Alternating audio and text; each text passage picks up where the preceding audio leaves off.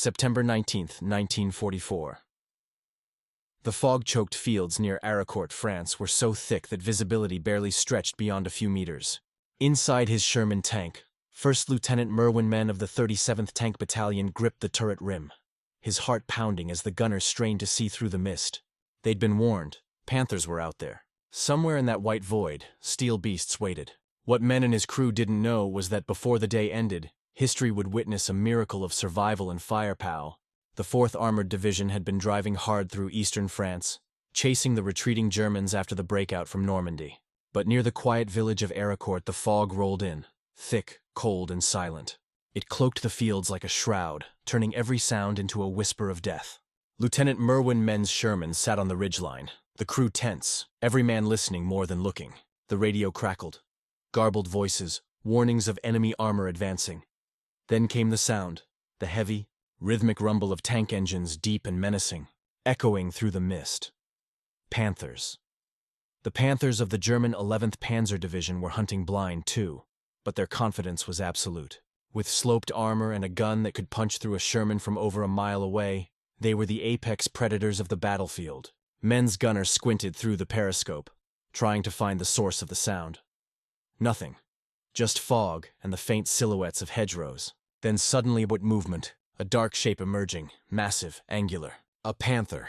"Target front!" the gunner barked. "Load armor piercing!" Men snapped. The shell slid into the breech. The Sherman's 75mm barked. A flash, a deafening crack, and the round slammed uselessly against the panther's front plate.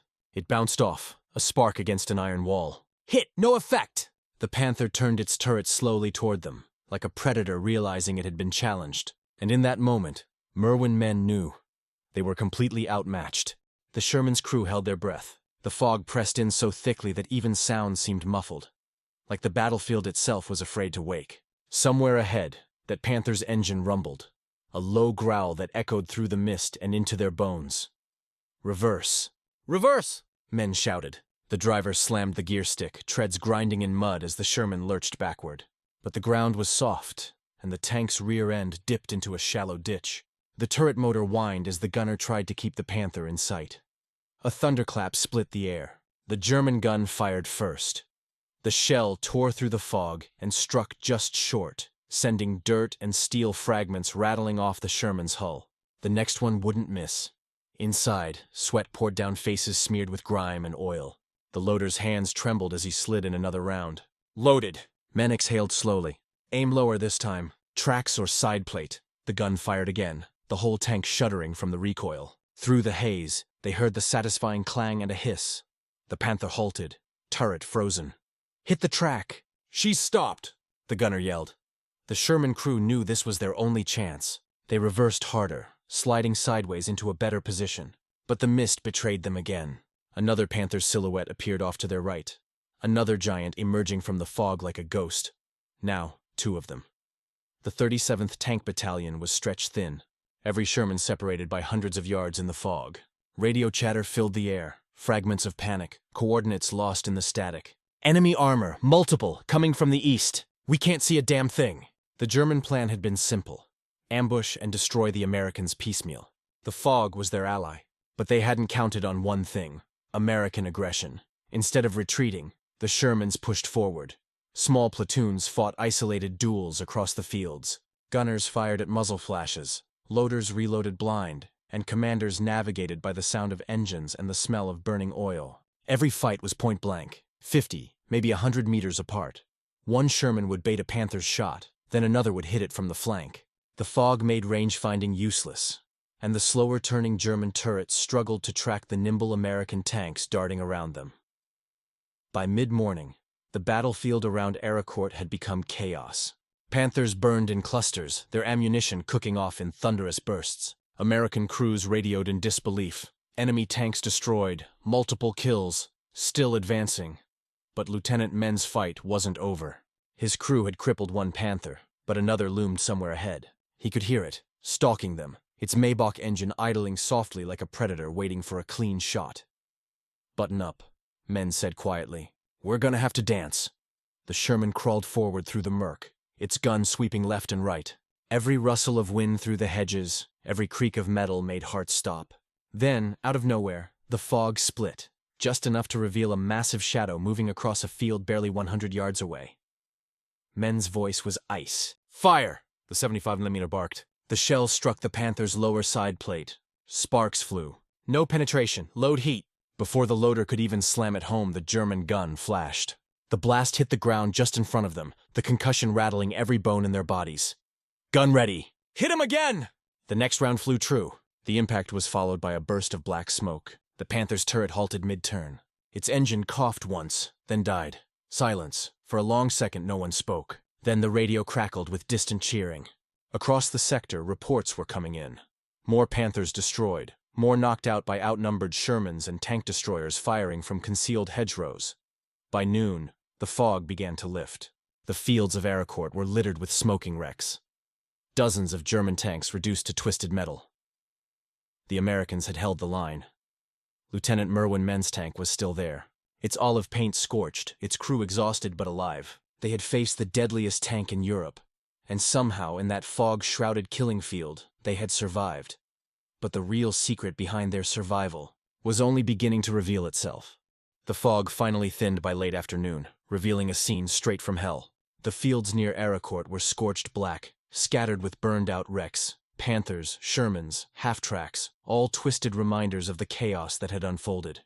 Smoke drifted from shattered turrets, mingling with the lingering haze. The 37th Tank Battalion had survived the first wave, but no one believed it was over. Lieutenant Merwin Men climbed out of his Sherman and surveyed the carnage. Dozens of German tanks lay smoldering, but intelligence reports warned that more were coming. The 11th Panzer Division wasn't finished. Somewhere out there, in the fog, over 200 German tanks were regrouping. And the Americans? They had fewer than 100 Shermans left. Men's battalion commander, Lieutenant Colonel Creighton Abrams, a man whose name would later define the very tank that replaced the Sherman, wasn't about to back down. His message to the men was simple: "We fight here. We hold here." The next morning, September 20th, the fog returned. Once again, visibility collapsed to a few yards. It was like the battlefield itself refused to let go of its ghosts. American tankers joked nervously that they could hear the Germans breathing somewhere out there, but beneath the humor, fear sat heavy. In one of the fields, a platoon of Shermans waited silently, engines idling. Their commander, a young lieutenant barely 22, leaned over his radio. "Keep your eyes open, men. They'll come straight down that ridge." And they did. Panthers, 10, maybe 12, rolled forward in a single line, their engines thundering through the mist. The Shermans froze. Their armor-piercing shells could barely scratch those monsters head-on. The first shots came like hammer blows. A Sherman at the far left exploded, its turret flipping off like a toy. The others returned fire, shells sparking harmlessly off the Panther's glacis plates. "Switch to flank shots," came the command. "Don't waste ammo frontally." But there was no time.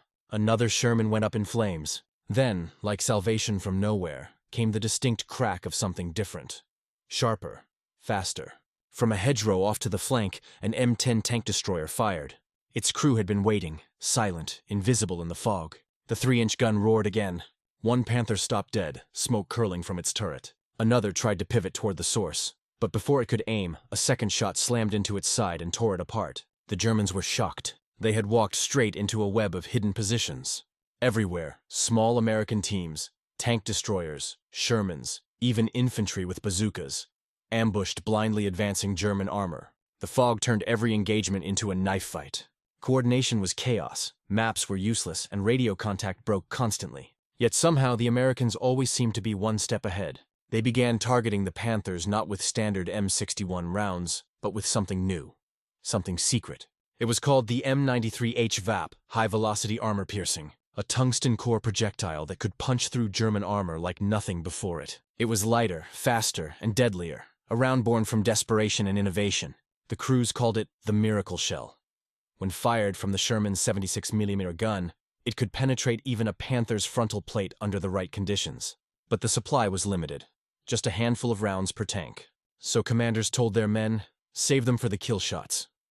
Lieutenant Men's Sherman had 3 HVAP shells left, and they were about to need everyone. As his tank crawled forward along a narrow road, another Panther appeared ahead, less than 300 yards away. Men's gunner took aim, heart racing, HVAP loaded. Fire! The shell screamed through the air and slammed into the Panther's mantlet. For a second, nothing. Then, a burst of smoke and flame erupted from the turret ring. The German tank stopped dead. "Hit! She's burning!" The crew cheered, but men stayed silent. He knew this was just one of many. By midday, the German offensive was collapsing into confusion. The fog that had been their ally turned against them. Without air reconnaissance, without coordination, Panthers stumbled into ambushes they couldn't see. American gunners fired at muzzle flashes, darting between cover, using every advantage terrain could offer. And still, the fight raged. At one point, a Sherman platoon stumbled into a German column head-on. Both sides froze, stunned to see each other appear out of the mist. Then, as if by instinct, every gun opened fire at once. The battle was deafening. Explosions, screaming metal, and the constant hammer of machine guns. One Sherman took a hit and burst into flames. Another's gun jammed. But before the Germans could capitalize, an American artillery battery opened up from behind the ridge. Shells rained down, tearing through the column. Panthers burst like fireballs, their ammunition cooking off in violent chain reactions. When the fog finally lifted that evening, Arracourt was a graveyard. The 37th Tank Battalion had destroyed or captured over 80 German tanks in just 2 days. The Germans, stunned by the scale of their losses, retreated. And for the first time in the war, American tank crews realized the mighty Panther could bleed. Still, the victory came at a cost. The fields were littered with the burnt-out husks of Shermans, men who had fought and died in silence, inside rolling coffins of steel. But their sacrifice had turned the tide in Lorraine. As Lieutenant Men climbed out of his tank once more, he looked across the smoky horizon and whispered to his gunner, "They thought we were outgunned. Turns out we were just outnumbered." The Battle of Arracourt wasn't supposed to be a victory, yet it became one of the most astonishing armored upsets of the entire Western Front. Proof that courage, tactics, and a few miracle shells could rewrite the rules of war. By September 21, 1944, the countryside around Arracourt no longer resembled France. The land was a patchwork of blackened soil, shattered hedgerows, and the carcasses of tanks both American and German, each one a monument to the brutal chess game that had unfolded under a cloak of fog. The 37th Tank Battalion, battered but unbroken, had held firm. Yet the Germans were not done. The 11th Panzer Division, humiliated and bleeding, sent in fresh reinforcements. They had one objective: erase the Americans from Arracourt, once and for all. For Lieutenant Merwin Men and his crew, there was no time to rest. Their Sherman, pocked with shrapnel scars and mud-caked from 2 days of fighting, rolled back into line before dawn. The air was cold, wet, and thick again with fog. That same relentless mist that refused to lift, as if the ghosts of yesterday's battle weren't ready to leave. Men climbed into the turret and glanced around at his crew. Exhausted faces, hollow eyes, hands trembling slightly as they loaded fresh rounds. No one spoke. Everyone knew what was coming.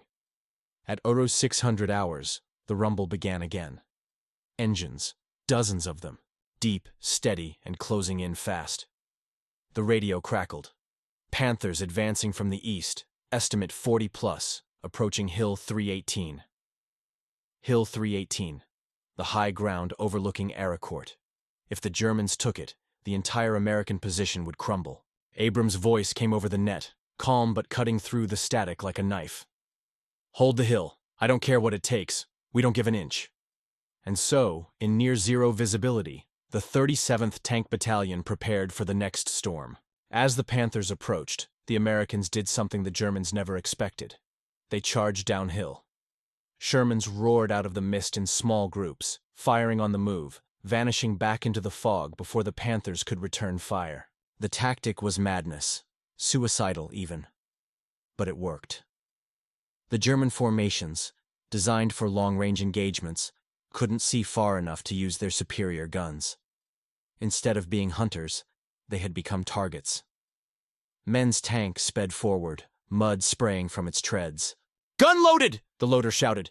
"Range! 300!" the gunner yelled back. "Fire!" The Sherman's 76mm barked. The shell struck a Panther's side and punched through. Flames erupted from the turret. The crew bailed, running for cover. Hit confirmed! But before they could celebrate, another Panther emerged from the mist, its barrel already aimed their way. "Down! Reverse!" The German gun flashed. The impact slammed into the Sherman's right side, tearing open the fender and sending fragments through the cabin. The loader screamed, clutching his arm, blood spilling across the shell rack. Medic, we're hit but still mobile, men barked into the radio. The Sherman lurched backward, tracks grinding, smoke hissing from the side plate. Inside, the crew scrambled, one man patching the wound, another loading as if nothing else existed. HVAP loaded. Fire! The high-velocity round ripped through the fog, slamming straight into the Panthers' turret ring. The explosion that followed sent a column of fire shooting skyward. The tank duel was over in seconds, brutal, close, and final. By mid-morning, the fog began to thin just enough for air support to join the fight. The unmistakable roar of P-47 Thunderbolts echoed overhead. American pilots, circling like hawks, dove into the fray, unleashing rockets and .50 caliber fire on the exposed German columns. The combination was devastating. Panthers burned in rows, trucks exploded, entire formations disintegrated before they could even reach the front. On the ground, American tankers cheered. "Hell yeah! Give it to 'em!" one crewman shouted, pounding the side of his Sherman. But not everyone was celebrating. Abrams, watching from his command post, understood what it had taken to hold the line, and what it was still costing them. Scores of Shermans lay disabled across the fields, crews either dead or wounded. The fog that had saved them had also swallowed many alive. Still, the message was clear. The 37th wasn't retreating. Not now. Not ever. By the fourth day, the Germans had lost all momentum. Their Panther battalions were shattered. Coordination had collapsed. Reports filtered in of units running out of fuel, of tanks abandoned mid-field, their crews captured or killed. And through it all, Lieutenant Merwin Menn's tank kept fighting. On the fifth day, he received new orders. Advance toward Leezy, a nearby village now serving as a German fallback line. The countryside was littered with wrecks, smoke curling lazily from burned-out machines. It felt less like an advance and more like driving through the bones of a battlefield.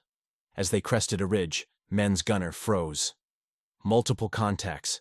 Front! Through the binoculars, silhouettes moved. Panthers again, at least 3. "Chiviap?" Men asked quietly. "One left," came the reply. "Make it count." They waited, patient, silent hunters now. The Germans were unaware, moving in column, engines grumbling. The lead Panther turned slightly, exposing its flank. "Now!" The last HVAP round flew true. It hit dead center, slicing through the side armor like paper. A split second later, detonation. The Panther's ammunition cooked off, blowing the turret clean off the hull. The others panicked, reversing in confusion. That was when the rest of the platoon opened up. Shell after shell slammed into the retreating line. The Germans broke. By the end of the day, the fields beyond Leezy were silent. The 11th Panzer Division had lost over 280 tanks and armored vehicles. The Americans, fewer than 30. The Battle of Arracourt was over. In the aftermath, the fog lifted for good.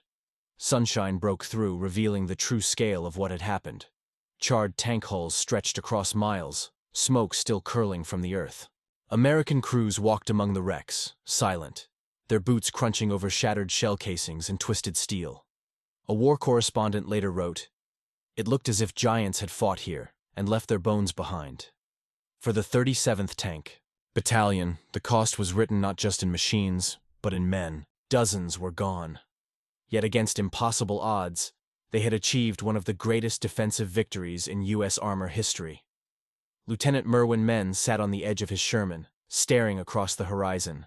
His uniform was torn, his hands blackened from smoke, his face hollow. But in his eyes, there was something else. Quiet disbelief.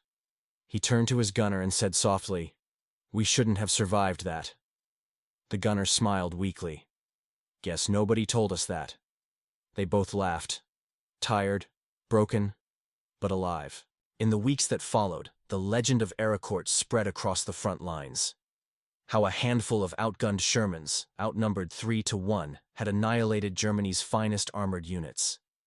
Historians would later call it the Fog Battle, a fight where courage and improvisation triumphed over superior technology. But for the men who fought it, there was no poetry, only the memory of fire, smoke, and the endless gray mist that had hidden death itself. The M93 HVAP round, that tungsten-cored miracle shell, became a symbol of the American spirit. Not perfect, not invincible, but relentless.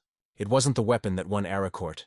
It was the men who fired it, the ones who refused to yield when logic said they should have died. And as the sun finally set over the ruined fields, the 37th Tank Battalion stood victorious. Not because they had the best tanks, but because they had the hearts of men who simply refused to give up. In the end, the Battle of Arracourt wasn't about machines. It was about men. The fog had lifted, the fires had burned out, and silence finally reclaimed the killing fields. What remained were rows of burned Panthers, their blackened hulls standing like tombstones across the French countryside. For the Germans, Arracourt was a humiliation. For the Americans, it was something more, a revelation. They had gone toe-to-toe with the most feared tanks in Europe and emerged victorious. Not because of armor, not because of superior firepower, but because of ingenuity, courage, and the will to fight when every advantage belonged to the enemy.